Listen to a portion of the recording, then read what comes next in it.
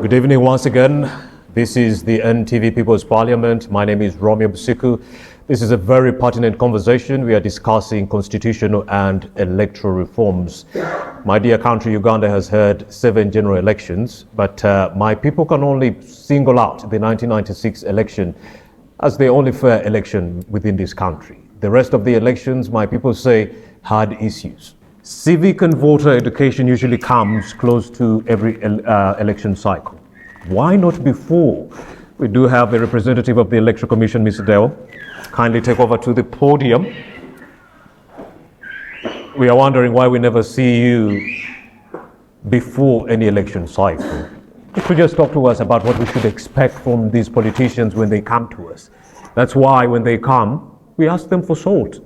Honourable members of this parliament, our stakeholders, and the entire House at large. Allow me to introduce myself. Indeed. I'm called Deonat Kunda.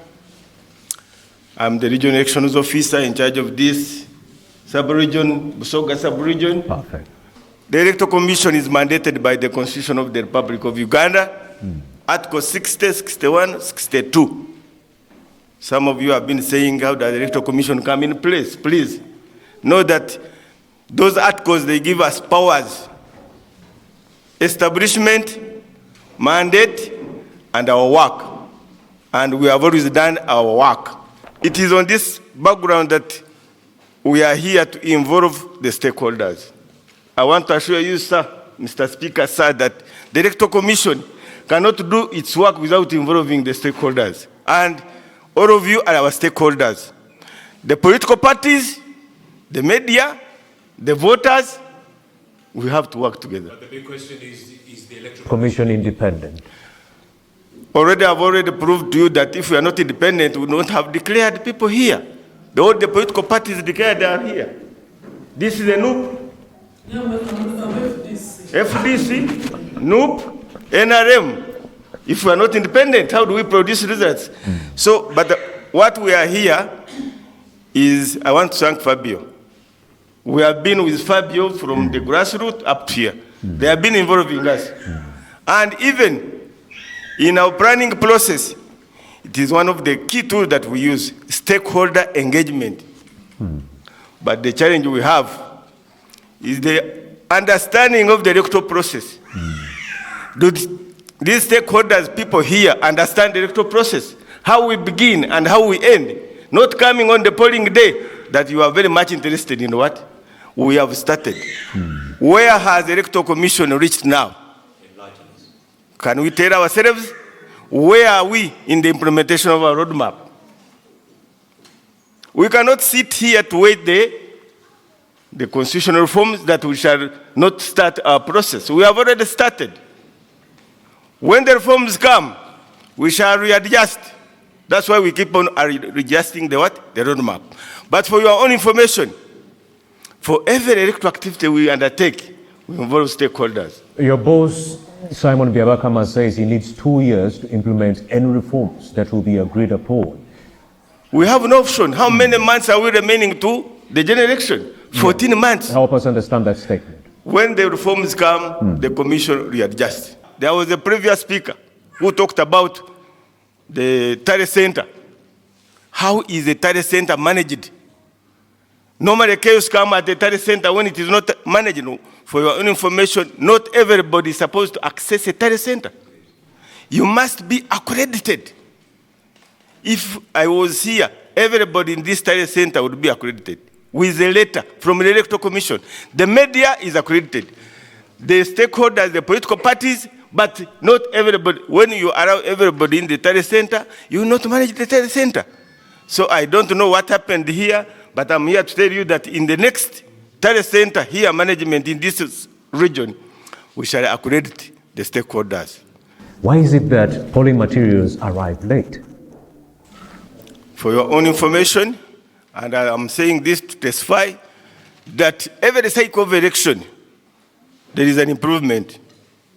I last heard about the late delivery of polling materials in 2016 general election. 2021, the performance was a distinction. People are here to rectify. Because You might be, In some areas by 10, they were not you might material. be an excellent, but you might not get 100%. When I get 99%, you give me a distinction. Sometimes the Electoral Commission will send more ballot papers than the number of people in that area. Why does that happen? If you really know the number of people in that jurisdiction, why send extra ballot papers? You see, that's why we are here. We are here to understand the process. When we are packing, we involve the stakeholders. We invite all the political parties to be observers in the packing. We invite people to come at the district when the polling kit arrives, and we start distributing. Even at the polling center, at the polling station, the agents are there to witness how many ballot papers have come, what is the total number of people in the register. That is the process. So, for those people who don't know the process, is that even the system cannot allow if the ballot papers are more than the registered voters. No, that is a cancelled what? Polling station. For voter education, we are doing our part. We are doing voter education outreach in secondary schools. We are doing voter education in the councils. You have seen ourselves, our staff, coming here to tell you the roadmap, our strategic plan. We have been on the radio, on TV. But the challenge is, are you getting what we are telling you? How many of you are listening on the TV? How many of you are listening now? So for us as the Electoral Commission, we have channels of voter education. You cannot, the resource, the envelope resource cannot allow you to go up to the village level. So that's why we use this opportunity. When Fabio is organizing a regional meeting, the Electoral Commission is here to disseminate information. And for your own information, as we are implementing our roadmap, we have now advertised, we are requesting for civil society organization. Those who have the capacity like Fabio. You come up with a recommendation, we accredit you. When we accredit you, you get a funder, you carry out what? Voter education on behalf of the Electoral Commission. So I'm recommending Fabio, come, I recommend you. Before you go, you also alluded that the Electoral Commission is independent because you declared opposition strong people into power. But then there are some people who believe the Electoral Commission is not independent because of its constitution. The fact that the president appoints your boss, Simon Biabakama, the Electoral Commission chairperson, the fact that these individuals should be actually put into power by maybe a committee of parliament, maybe the Judicial Service Commission, but not the president himself. They say, with the president being involved, it removes the independent from Electoral Commission. I think you have referred to the articles that bring the commission in the establishment. Now that we're in the reforms, the constitutional reforms, bring it up. The PWDs, they're having a hard time reaching the polling stations, and they would like you to at least avail a polling station at every village for easy access. Is that feasible? You for see, the PWDs? The PWDs, we have special program for special interest groups. The PWDs, they have two roles to play. They can participate in the national election and special interest groups for electing their leaders. Now, the next activity is generating a register from the national register, a specific register for PWDs, so that we start organizing the electoral college members for the PW. So those are special interest groups. We treat them on a special note. And when it comes to the election of their leaders, it is special. You are aware of that. But on the national, they are universal. So, ladies and gentlemen, as Electoral Commission, do you also believe that the high nomination fees frustrate some would-be good leaders from taking the nomination fees is the outcome of the reforms you are proposing. These are the reforms you are proposing. When you propose reforms that you see, that's why we need you to say that yes, we need this. For us, we cannot say this because we are players. If I am in the football and I am in the race, really. But these are the reforms you are talking about, which people need to understand. What type of reforms are you advocating for? So at least we agree that all these reforms are being brought about in good faith. No one is trying to fight the central government. We only want to create a leveled playing field for each and every Ugandan citizen who is engaging in this electoral process. Thank you so much, Mr. Dale. Mr. Speaker, thank you, sir. Honorable members of Parliament, we are here to serve you. We do have the District Speaker, Moses. Good evening, honorable members of People's Parliament. I'm Moses Rochaza. I'm a honorable member of Parliament representing the workers in the Jinja district. But I want to, first of all, to take this single opportunity to welcome the People's Parliament. This is a very great opportunity for us as people in Jinja and Usoga to have an open discussion about electoral reforms to better our election process in this country. We are all aware that every election process, there are things that need to be corrected or to be addressed. And as a result, as you heard, one of our RCC was mentioning some changes that have been coming after every election as a result of electoral reforms. But I represent a special interest group because the workers is among that group. What always my concern generally is about the observance of human rights during the process. You are all aware that the Constitution has a whole chapter. Chapter 4 in the Constitution gives rights of people, rights to vote, right to participate, right to do ABCD. But what happens during the election? Just as we said, people are pointing at police because during the election there is abuse of rights and violation of rights. This is, I want to tell our honorable members of Parliament that we have an act that deals with human rights. And any violation, the police officers are aware. They are held personally responsible. But what is on the ground, the officers may be in the know. But probably the constables down there, maybe they need more sensitization about managing society during the election to avoid violation of rights during the election. It is rare that a DPC is manhandling you, but it is common for a police constable to manhandle you. So as we make it better, I'm calling upon the police to ensure that the constables, the lower cadres, to keep training, so that we avoid saying I was mishandled because I'm NR, because I'm FDC, because I'm NOP. By the way, even NRM cadres are also mishandled. My point was there about human rights. The second point, Honorable Speaker, you said we spend a lot of money in elections. It is not our making that we need to spend, but you end up even the voters provoking people. You said 3 million for special interest, 5 for the others. Yeah. I don't 20 think. million for the presidency? Yeah, but what I would possibly argue that let's have the Campaign Financing Act in place. Because we don't know where people get money. You find a councillor spending so millions of money. A honorable member of Parliament spending so millions of money. Then you wonder, where is he getting this money from? I am appealing to the honorable members of Parliament that let's have this speeden up so that we have the Campaign Financing Bill Act in place so that we start monitoring. Because for sure in Uganda, it is about money. Somebody was talking here. If you ask me what I spent, I may not speak, but I know what I spent. I thank you. We're still watching NTV People's Parliament, the conversation largely focusing on constitutional and electoral reforms. A break is in the offing, but we return shortly with more of these deliberations.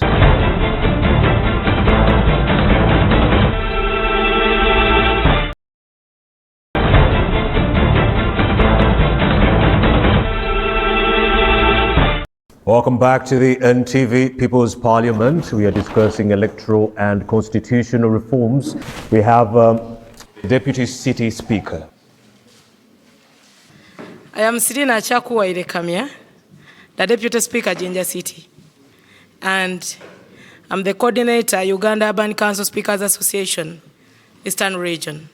It's really a good opportunity for us to express everything we feel. And given that topic, electoral reforms, It's now what everyone wants to hear, because we are heading to that time, which is a very sensitive time. So I'm going to talk about the electronic voting.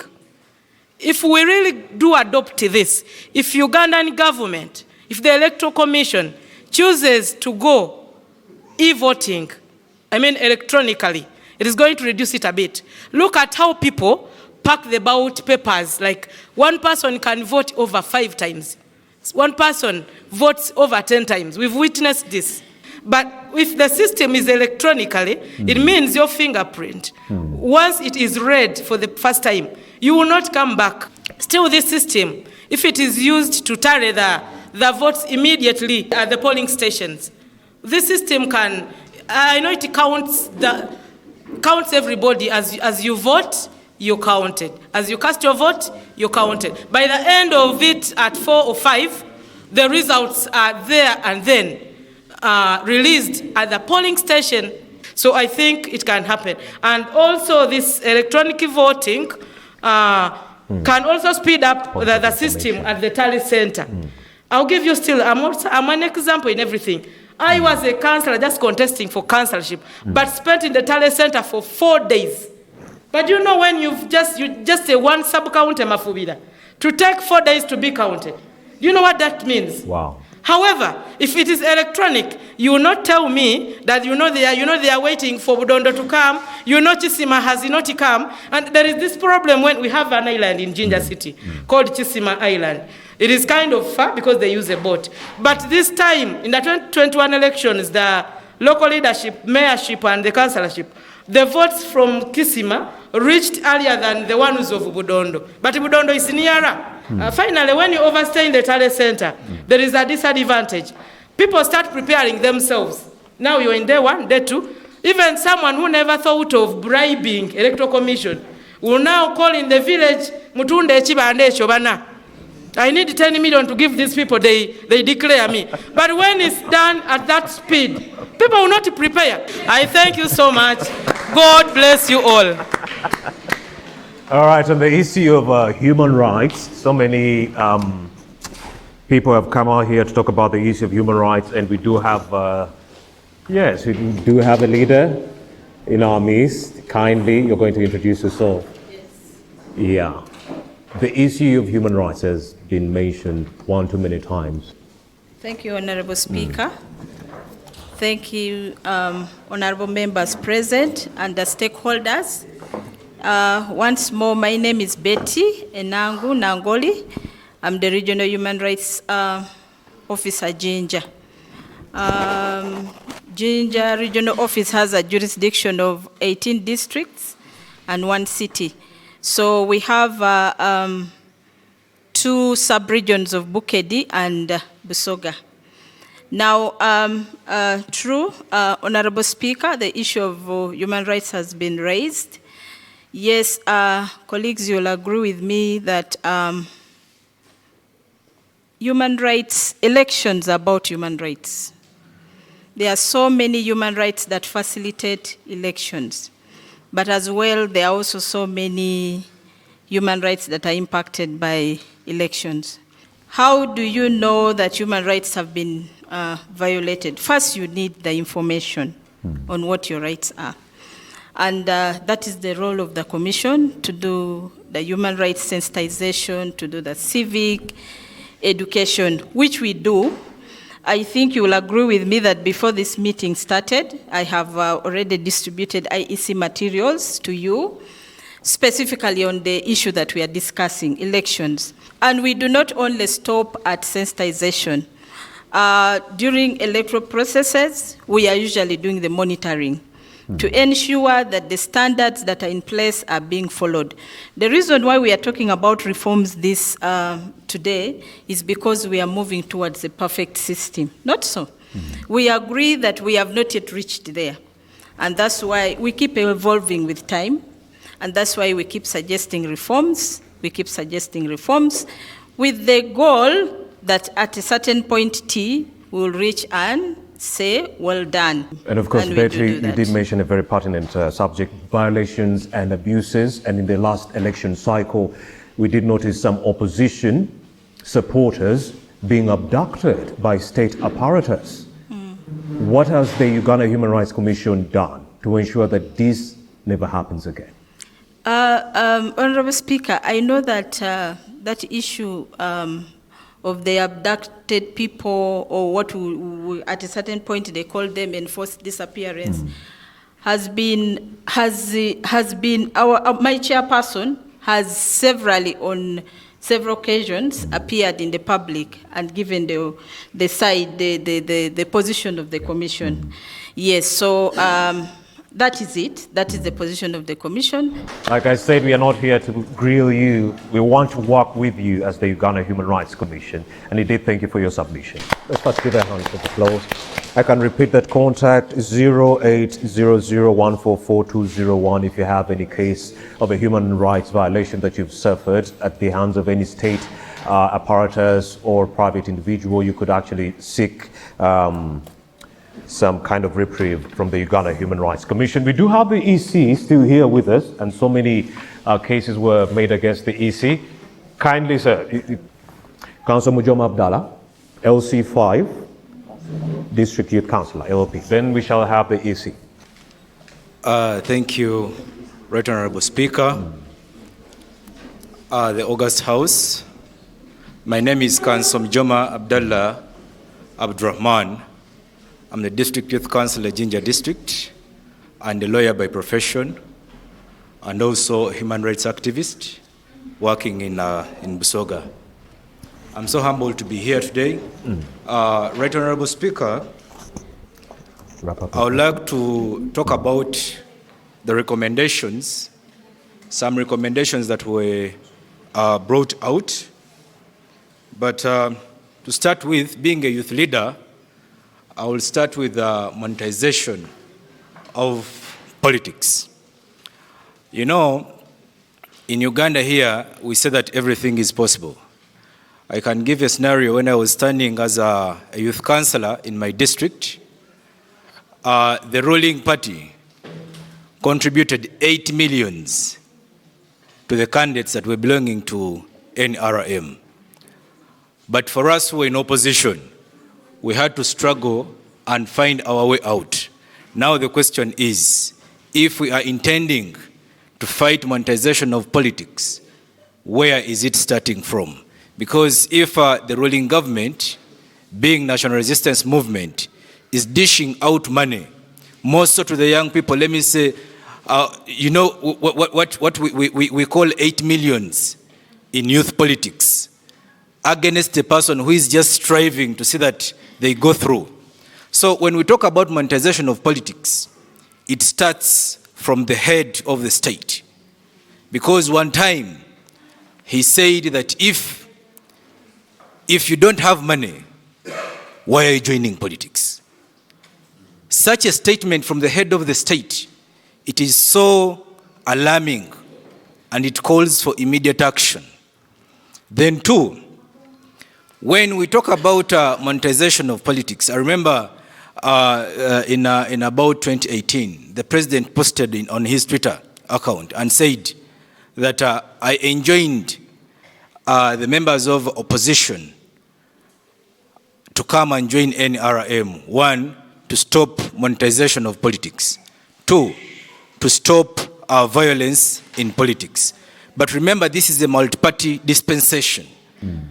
So if we are living in a multi-party dispensation, and you say, I'm calling opposition to come and join NRM so that we can stop the monetization of politics, we stop the violence in elections.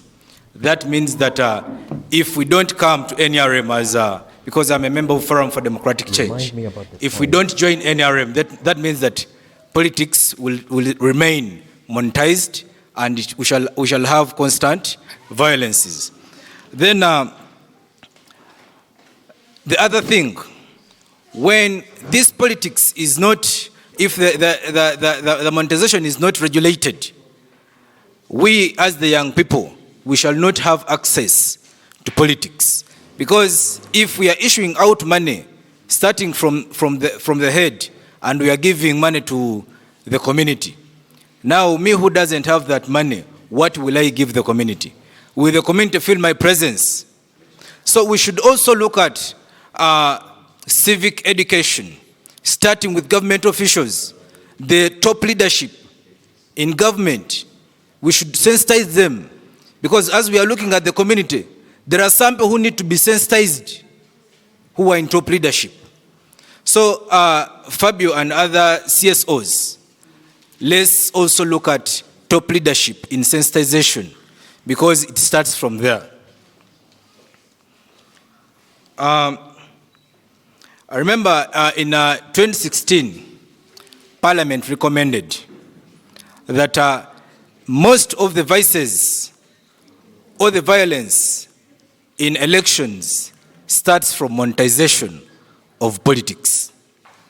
And Electoral Commission went ahead and recommended that in order to stop all these vices of monetization of politics, let us have an act put in place.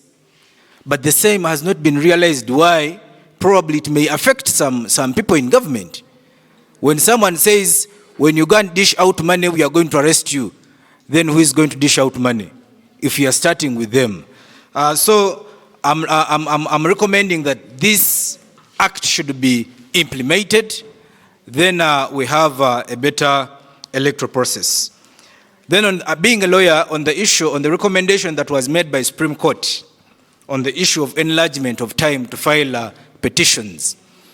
I'm a lawyer, but you realize that petitions, electoral petitions are so cumbersome, and they have to be done in a shorter period of time. My brother, the Speaker of Ginger City, can witness that, because he has been there. You need time to sit down and organize your evidence. That's why we see that when we reach court, someone comes with a small criminal objection. That's a point of law. And the whole petition is thrown out of court because there was no time to prepare. So that recommendation should be taken on by Electoral Commission. We should, and Parliament, we should enlarge the time in which someone has to file the electoral petition, and also the time to prepare to stand in for another. Thank you so much. Being a member of Forum for Democratic Change, for us, we love saying one Uganda, one people. One people, one Uganda. Thank you so much. You're still watching NTV People's Parliament, the conversation largely focusing on constitutional and electoral reforms. A break is in the offing, but we return shortly with more of these deliberations.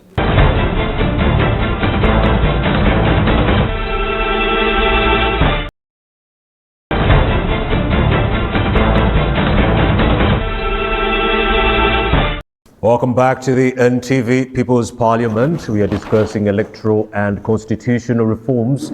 We have RSCC, you have a comment? This is the Electoral Commission who is just... Oh, sorry. The Electoral Commission. Go ahead. Mr. Speaker, sir, I have two issues to talk about. Technology. Technology in the improvement of the Electoral Commission. Keeping media in the dark. We are in the dark on tallying day. We don't get the results. In the last election cycle, there was no internet. We were getting the results somewhere else. The mandate a different TV station, by the way. The mandate of the Electoral Commission, who is supposed to declare, who is supposed to announce? Is it the media or the returning officer? It is the returning officer, for your own information, who is supposed to announce and declare after ascertaining the results. Now, in the Tally Center, we invite the media. You should wait until the returning officer has declared. You take to your employer to give him a certified copy by the returning officer. What is done? The person in the radio gets results from the polling station, from the agent, starts announcing. The returning officer is also announcing. What brings that? Commotion. So for your own information, work with the Electoral Commission, be accredited, participate, and take the valid results for announcing. People voting more than 10 times? That one, I don't see it, I don't hear it, because the process is open. At a polling station, there are polling officials manning the polling station. The agents are there. All the candidates have agents. The Deputy So- Speaker implored the use of technology. That one is a very good, fingerprint will very be good idea. captured. A very good idea. Improvement in the technology is always, because you remember where we started and how far we have reached. We now transmit results by technology from the district to Nambole. But bear in mind, when the network is bad, when there is congestion, you start thinking about anything. But remember, there is always punching the results from Bundubujo, from all the districts. So sometimes the network is engaged, it is congested. But we normally do our mandate that within 48 hours, we fulfill our mandate. Beyond that, it is a constitutional crisis. But I want to apprehend the idea of the Deputy Speaker. If resource envelope allows, really, why can't we go for e-voting? If the economy, if the resource, Madam Speaker, allows, that would be the best. But The Speaker, think about the economy, Ginger City. think about the budget of the Electoral Commission. When we present our budget in the Parliament, what happens? You start thinking this is too much. These are things we are talking about to deliver our mandate. Oh, thank you so much. Mr. Speaker, sir, the Electoral Commission is doing its work. We are moving. As long as the Electoral Commission receives these recommendations in good faith, we are all good. Thank you very much. And last but not least, we do have the Ginger City Council Speaker. He's going to also entice us with a few details on electoral and constitutional reforms. You can introduce yourself, sir. Thank you very much, Right Honourable Speaker. Honourable colleagues, for the record, my name is Bernard Mbayo. I'm the Speaker of the City Assembly, Jinja. Oh, yeah.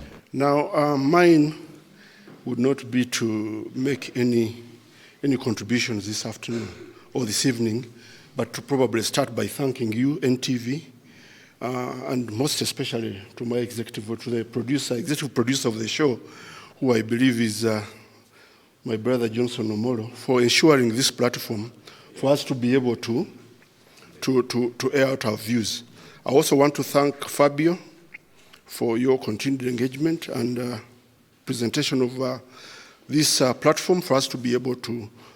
Most importantly, I would like to thank you, Said, because a couple of months ago, Mr. Speaker, we were presented with an opportunity to be able to sit as speakers of half of Uganda, to sit at the Nile Resort for 2 days, and as guided by the Professor Sempebwa, to come up with a citizens' compact on electoral reforms and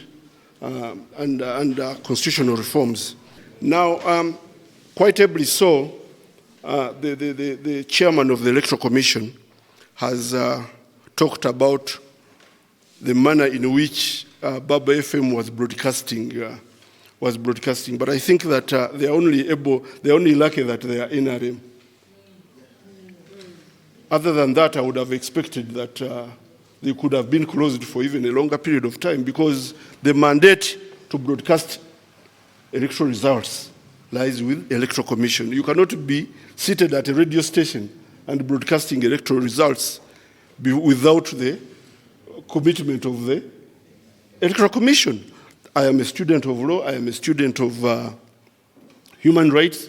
My supervisor came here, and she partly writes part of my report card.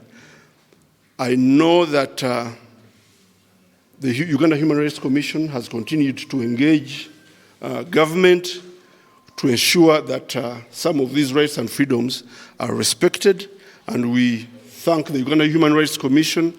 They have, like any other department, there are problems, but we think that they can be able to solve them. Now, finally, before I go, my only prayer to the people of the Republic of Uganda is that we need to ensure a strong constitution that in one way or the other reduces the powers of the president. For me, I believe that all these guys, all these gentlemen, that head many of these departments, government departments, and all these agencies in public works are human. Whenever you are appointed by somebody, you must ensure the well-being of the appointing authority. Now, in Kenya, where we believe they have probably one of the best constitutions in Africa or in the world, the president of Kenya has no powers deploying, for example, the army to come against the people of Kenya. Now, in a situation where you have the judges of the High Court or the justices of the Supreme Court and the Court of Appeal appointed by the president and only ratified by Parliament, you are going to have these problems. We need to ensure a situation where the public interviews any public servants and ensures that they go into these jobs knowing that they are answerable to the public out there. Whenever you make one person only next to God in a situation like we have in Uganda, then you're going to have a lot of problems. I thank you, Mr. Speaker, and I thank you all. All right, very, very vibrant crowd. Let's get one last submission from the Uganda National NGO Forum, who have been at the forefront of agitations for the push on electoral reforms and constitutional reforms. Moses? Yeah, thank you so much, Right Honorable Speaker, for giving me a chance to return and just make a remark. I'll keep it very brief. I wouldn't want to keep people waiting. Indeed. I want to start by thanking, and mine will really be about thanking, generally. Indeed. First, I want to thank you, Right Honorable Speaker, for steering this conversation quite well. Can we give an applause to the Speaker? Thank you. Because in debate, there are always rival opinions. And when the debate is even political like this one, tensions usually go high. I'm sure you have seen people fight, some parliaments fight, fist fights in parliament. Can we clap for ourselves because our parliament, the People's Parliament of Ginger, has been very peaceful, very cordial, very respectful. I want to thank our different duty bearers. Why they are called duty bearers, like the name itself, there's a duty onto them. You know, leadership and these positions, it's not just a privilege, but there's also responsibility attached to it. Indeed. And we want to thank you very much indeed for according the Ginger People's Parliament time to come and respond. It matters a lot when someone from the Electoral Commission responds to an issue raised by the Deputy Speaker. It matters a lot. It matters a lot when the DPC interacts with the Honorable Councillor. Even when they clash and say, no, I'll bring witchcraft, but the DPC says, no, we only intervene. It matters. It matters a lot when we have the Human Rights Commission come here, and thank you so much for the material. If you read, there's a lot of information that is being indicated there. Now, that is how elections happen. That's how we all contribute to the process. Because elections is not the day we vote. It's not when we tick. Like he said, the process has been on. It's running. The train already left the station long time ago. If you wait to come in February, so sorry you're late. But now here, the People's Parliament, and now this is why I go to NTV. The People's Parliament is a great contribution to this electoral process.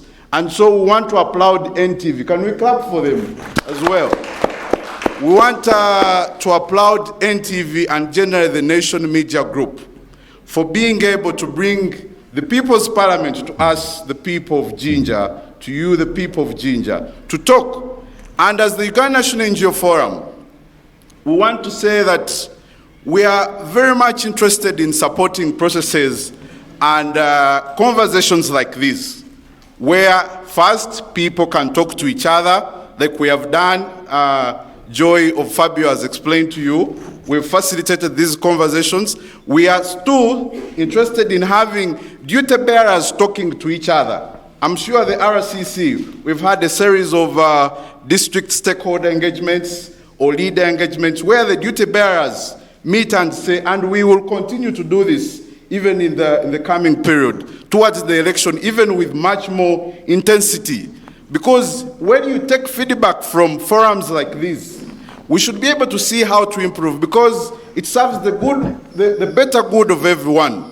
So who have I forgotten to thank? Fabio, we want to thank you so much, Fabio, the first African Bicycle Information Organization, for being able to convene everyone. It's a tough period to be here, but I want to thank you so much. So with that, I want to say that let's not give up on this project and country called Uganda. It's our motherland.